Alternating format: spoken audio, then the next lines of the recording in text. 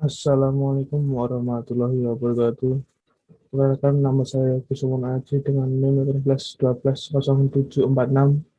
Prodi Sistem Informasi berasal dari daerah Purworejo, Jawa Tengah, dan usia saya sekarang 21 tahun. Saya ingin mempunyai perusahaan bernama Maju Lancar yang bergerak di bidang web developer untuk membuat lapangan pekerjaan bagi semua kalangan dan juga membantu pembuatan web. Nama organisasinya adalah Maju Lancar, bergerak di bidang web developer, beralamat di Jalan Catur, Depok, Sleman. Kami membantu klien untuk membuat website. Visi saya membangun perusahaan ini adalah menjadi distributor web lokal berkelas dunia dengan solusi lengkap, layanan baik, kompetitif, dan menguntungkan bagi para pemangku kepentingan.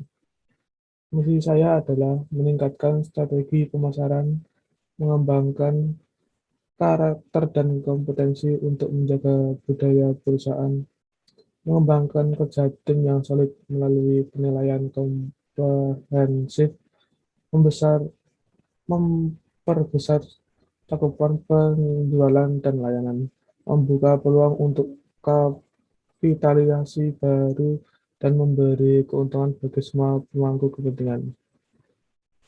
Strategi saya, kekuatan, lebih giat belajar, mencari waktu khusus untuk mengasah skill, membuat sistem pembayaran yang lebih memudahkan. Misal pembayaran per bulan akan lebih meringankan, lebih bertanggung jawab lagi, kelemahan, lebih bisa mengatur waktu, lebih bisa bekerjasama dengan partner, mengikuti seminar tentang web development, membedakan keuangan pribadi dengan keuangan usaha, merencanakan prioritas yang lebih diutamakan, peluang, menciptakan lapangan pekerjaan, menciptakan sistem yang lebih kreatif, ancaman, cermat dalam menerima tenaga kerja, melakukan monitoring pekerjaan. Saya mulai proses memimpin dengan cara mengajarkan semua bahwa saya untuk disiplin memanfaatkan waktu sebaik mungkin, dan juga mengajarkan untuk tidak nanti-nanti saat mengerjakan proyek. Dalam mencapai keberhasilan, pemimpin utama tersebut sebelumnya memang hanya satu proses. Karena dalam upaya mencapai visi organisasi, faktor manusia akan menjadi hal yang paling utama. Sehingga kemudian diperlukan perhatian terhadap kebutuhan dan harapan manusia-manusia yang ada di dalam organisasi.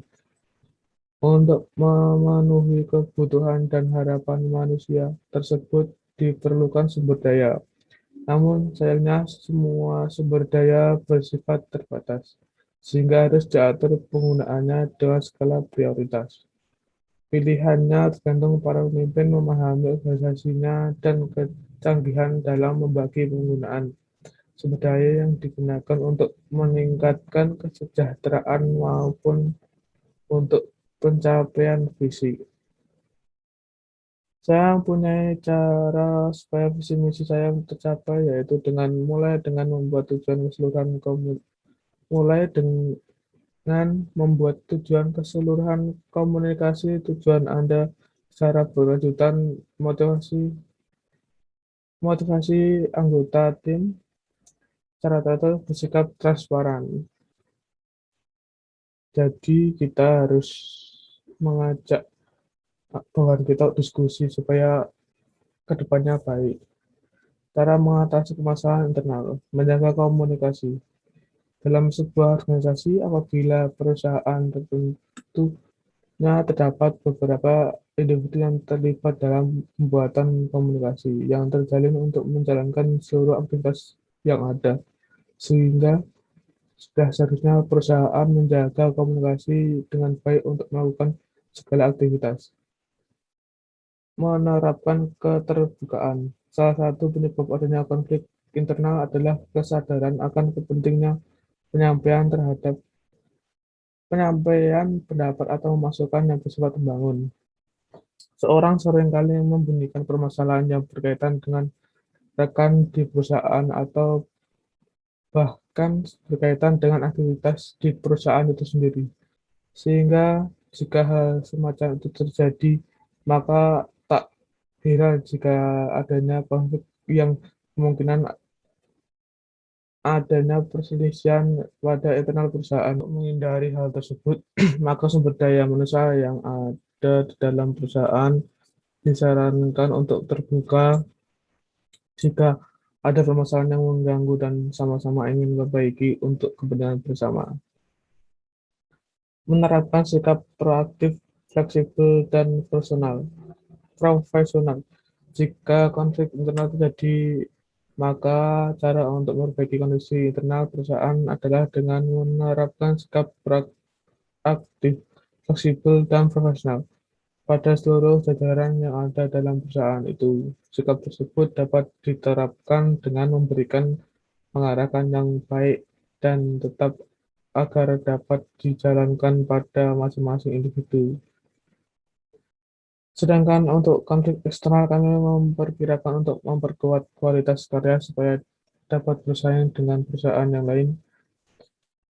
Dalam waktu COVID-19 ini, saya mempunyai rencana untuk mengadakan promo ataupun diskon untuk menambah klien supaya tertarik pada produk yang kami buat.